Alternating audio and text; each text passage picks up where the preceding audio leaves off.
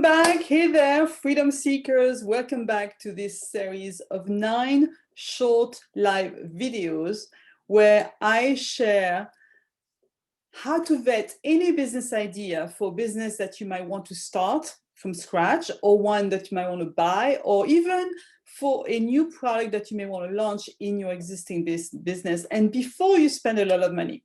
So you're probably chomping at the bits right now and anxious to get to the solution. Well, it's here with building block number 4 of your canvas. And let's look at it for a second. So you can see here, building block number 4 of the canvas. You can see it's a fairly small, very small square, and there's a good reason for it. So remember, in video number 1, we talked about the building block number 1, which was the problem that you're solving, and then for the customer segment, which was block number 2, that you want to help.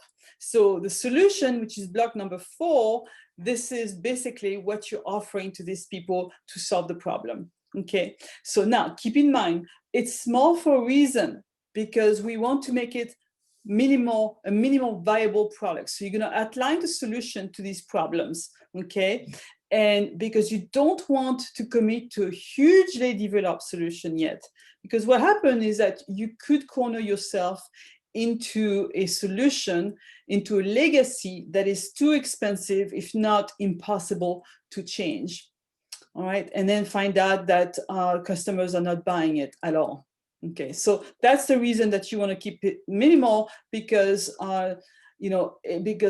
that will give you a lot more flexibility to improve it based on real customer feedback. So what do?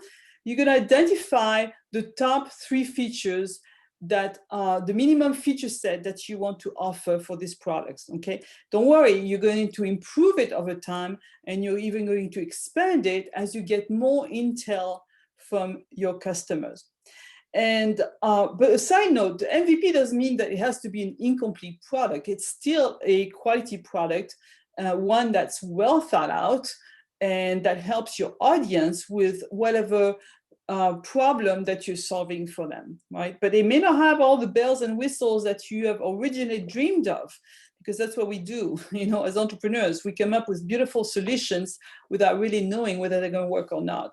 In the small business world, this might even be scrappy, in terms, but good scrappy.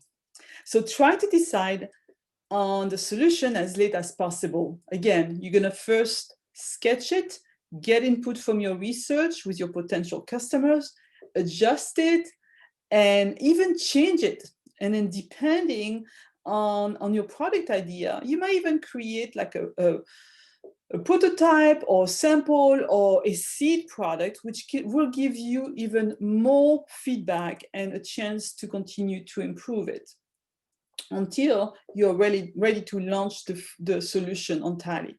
Okay, so and still give you enough space, if enough flexibility to continue improve it or even change it. Right. So my final point for this: understand that the hardest part for us entrepreneurs in creating a solution is to get out of your own way and remain objective enough to ask the right questions to your customers. Ask the questions, not leading questions to what answer you want to get. Ask the question to your initial customers and early adopters, and know how to pay attention to what you learn from them, regardless of whether you like it or not, regardless of your preconceived ideas, because that happens a lot. Okay, and the ideal way to do this is would be to have a small team of people around you who keep you objective and accountable. That would be ideal. This could be a first employee who is experienced, right? It could be a partner and a coach like myself, and who is experienced in small business ownership. And of course, I would say that, but it's true. I have a coach, and I even have a mastermind that I speak with on a regular basis. Every 2 weeks we meet. It's a small group of 7 other people, and we keep each other accountable. We are brutally honest with each other, and we make sure that we don't deviate from whatever it is that we set out to do. Okay, so because honestly, I'm like everybody, I struggle with this in my business. I have a ton of ideas for cool new products, but when I launch a new product, I need to be in tune, in sync, and have the discipline with my customers, with my audience, and have the discipline to keep it to a minimal viable product until I'm sure that it will be something that my ideal customers are going to help me shape and eventually want to buy as well. And I made that mistake a lot in my past. As my first business, for example, I had a spa in my past. I was 25 years old. I started a spa, and eventually we had 8 treatment rooms. We had about 4,000 square foot facility and about between 40 to 50 employees at some point. And then this is a mistake I made many times, not just once, several times, a big blunder, very expensive. Introducing a new service that maybe a rep that I trusted or liked sold me, saying this newfangled service, this new creation, this new invention that is going to do XYZ for your customers and that's going to make you money. And off I would go, not just buying one piece of equipment, but buying 8. And on top of that, the training that it would cost to train people on that equipment and the products associated with that product and the marketing, just to find out that too few customers will actually buy it.